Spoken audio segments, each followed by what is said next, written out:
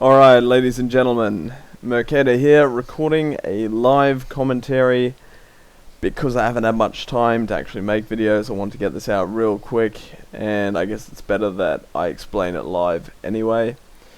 First up, and I think this goes without saying, but if you're playing rogues this patch, you're going to have a bad time. With that said, things aren't completely hopeless. I have come up with a spec which seems to be doing alright. I'm playing Mutilate currently, trade window open. I'm playing Mutilate currently and taking these talents. Now, Shadow Focus I've done for extra burst. I don't like Subterfuge because it messes with my action bars, and I just don't really see the point in it anyway. I mean, sure, you can get a Garrote and a cheap shot off, but then you're just wasting a lockout, especially on a caster, and I really hate that it screws up my action bars. Nerve Strike I've picked over Combat Readiness because Nerve Strike stuns you have when you need them. Combat Readiness you've got, you know, just once every 2 minutes, and frankly I'd rather have, you know, what was that even work out to? Well, a lot more than 20 seconds over the course of 2 minutes that the enemy is going to have reduced damage for, and you have it pretty much whenever you need it and when you're taking damage the most, because straight after a stun is when you're going to be taking the most damage, because the enemy's going to come out swinging. After that stun, they're going to be popping cooldowns, especially if they're panicking. This guy.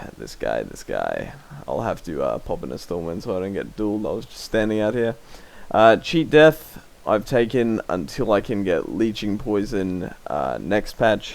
Not next patch, sorry, when the expansion comes out.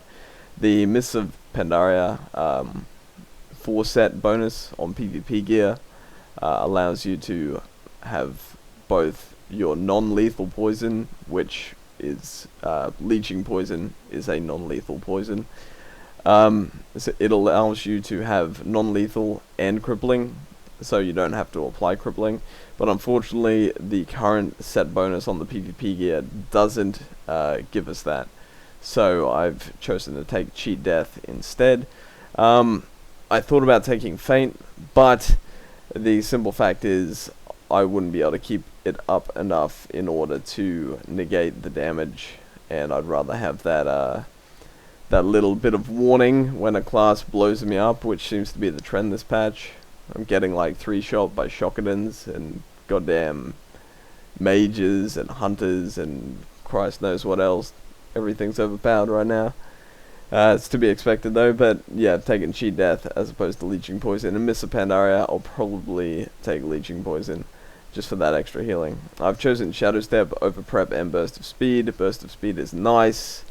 I occasionally take it when I'm dueling mages, just so I can have that little bit of extra, you know, getting out of Novas and slows and whatnot when I'm trying to escape, or even get to the mage.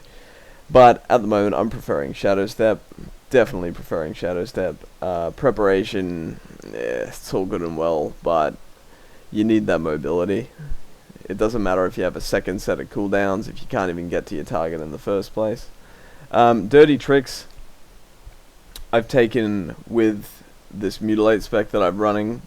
The reason I'm taking Dirty Tricks is because Blind, in combination with Deadly Poison and like Rupture on your target's taking all that extra damage and your blind's not breaking, so you've essentially got, you know, 8 seconds of DPS on your target without actually hitting it.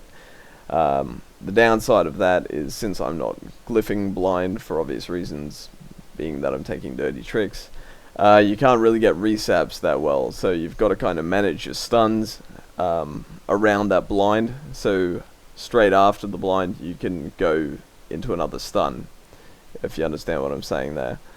Glyphs, I'm running Glyph of Garrote for that extra silence. I'm running Glyph of Gouge, because Gouge no longer breaks with the bleeds or the poisons when taking Dirty Tricks as well.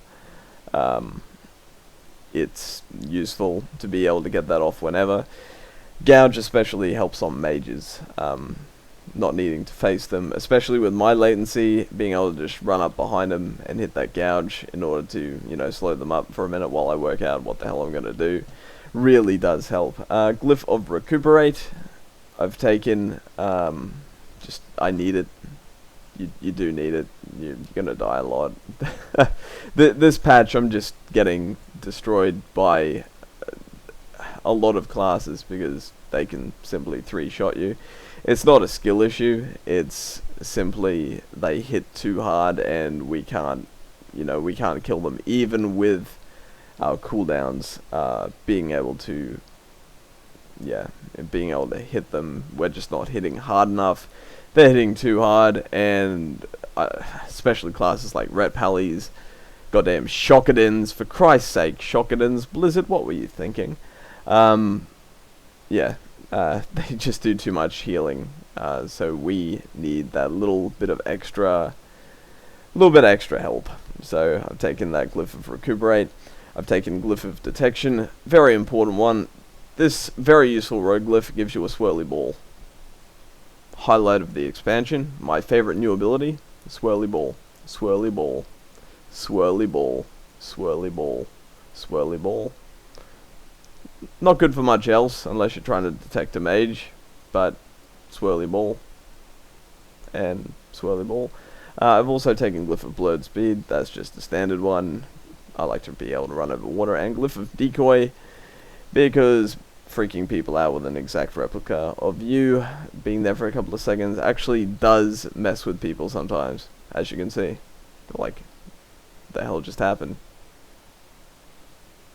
I actually didn't set that up at all. They're literally confused. They're actually confused.